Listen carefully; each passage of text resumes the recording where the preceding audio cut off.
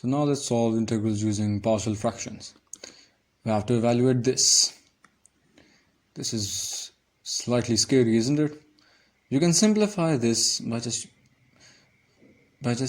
separating this term into partial fractions.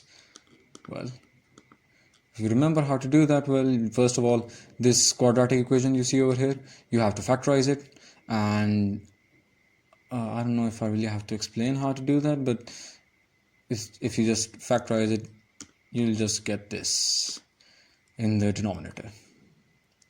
Fairly basic stuff. I mean, I think I should just explain it. You have this minus 6 term, and then you have the coefficient of this x square. You'll basically multiply them, and that just gives you minus 6 actually, because the coefficient of x square is 1. And on the other hand, you have this minus x term, and the coefficient of this x term is minus 1. So you have minus 1. You need to find a pair of numbers that when multiplied it gives you minus 6, and when added up it gives you minus 1. So for example, over here, let's see, 2 into minus 3 and 2 plus minus 3. 2 into minus 3 gives you minus 6, and 2 plus minus 3 gives you minus 1. So now you'll factorize this minus x into minus 3x plus 2x.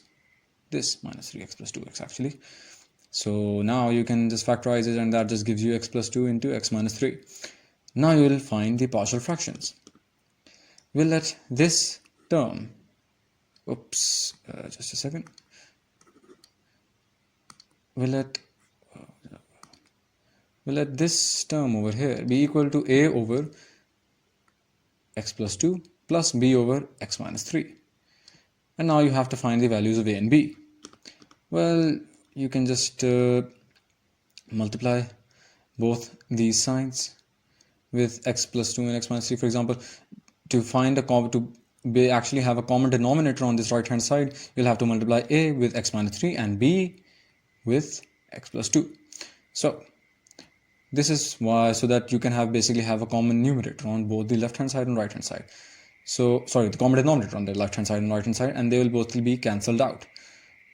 And once that happens, you'll find that the numerators are equal to each other. So 3x plus 1 is equal to a into x minus 3 plus b into x plus 2. And now you have to find the values of a and b. How really? Well, first of all, you'll have to turn this a into x minus 3 term into 0. How you'll do that? Well, you'll replace the value of x with 3.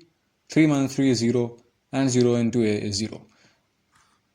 So actually, let's just first turn b into 0 first. So x plus 2 is equal to 0. X is equal to minus 2. So if you replace x with minus 2 across the equation, well, this is what you get. 3 into minus 2 plus 1 and a into minus 2 minus 3. And this b term will just become 0 because x is minus 2. So minus 2 plus 2 is equal to 0. And 0 into b is just 0. Now you can find the value of a, and the value of a is 1. You'll apply a similar method to find the value of b by turning this a term into 0. And how you'll do that? Well, you'll replace this x with 3. 3 minus 3 is equal to 0, and 0 into a is equal to 0. So this is what we've done here. So we found the value of b to be equal to 2. You found a to be equal to 1 and b to be equal to 2. You'll replace that in the original equation, and now you'll apply the integral.